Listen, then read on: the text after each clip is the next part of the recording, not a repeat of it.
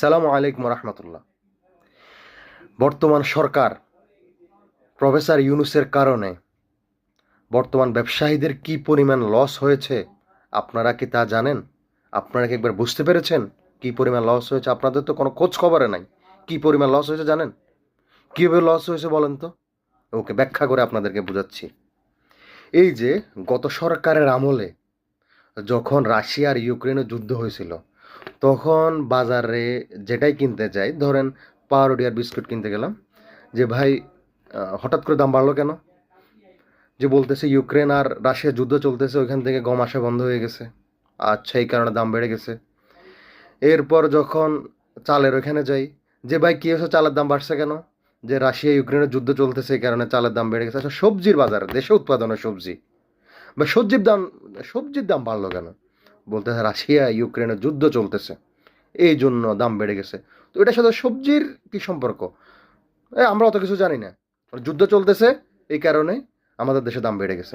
আচ্ছা যাক, ওই যে ব্যবসায়ীরা যুদ্ধের নাম করে দাম বাড়াইয়া যে পরিমাণ ব্যবসা করছে, ছোট বড় সবাই, যে পরিমাণ জিনিসপত্রের দাম বাড়ছিল, তখন একটা বিশাল প্রফিট ব্যবসায়ীরা করছে।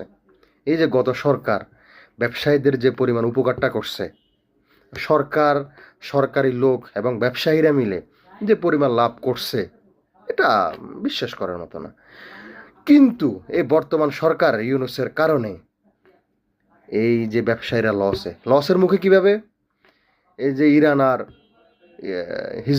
ইসরায়েলের যুদ্ধ চলতেছে, এই যুদ্ধের কারণে কোনো জিনিসপত্রের দাম বাড়ছে? বাড়ে নাই। এটা ইউনূস সরকার বাড়তে দেয় নাই। বাড়তে না দেওয়ার কারণে ব্যবসায়ীরা লসের মুখে পড়ছেন। এই যে 12 দিন ওইখানে যুদ্ধ চলতেছে, তেল বের হয়েছে ওইখান থেকে, তেল না বের হওয়ার কারণে বাংলাদেশের তো অনেক কিছু লস হয়ে গেছে না? তাহলে তো জিনিসপত্রের দাম বাড়ানোর কথা, কিন্তু জিনিসপত্রের দাম বাড়ে নাই। আমি ব্যবসায়ীদের পক্ষ থেকে তীব্র নিন্দা প্রতিবাদ জানাচ্ছি, কেন জিনিসপত্রের দাম বাড়ানো হলো না?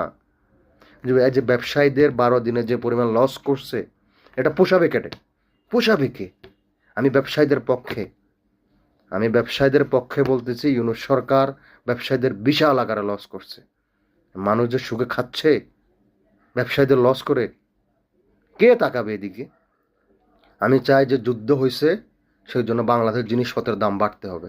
আমি ব্যবসায়ীদের পক্ষে আছি, এই জিনিসপত্রের দাম বাড়ুক। নাহলে ব্যবসায়ী কীভাবে খাবে? তাদের বউ বাচ্চা কীভাবে চলবে? এটা সরকারকে একটু দেখে না? নাকি জনগণের দিকে সরকার একটু তাকায়ও না? যাক, সবাই ভালো থাকবেন। সালামু আলাইকুম রহমতুল্লাহি ওয়া বারাকাতুহু। আমি আবারও বলছি,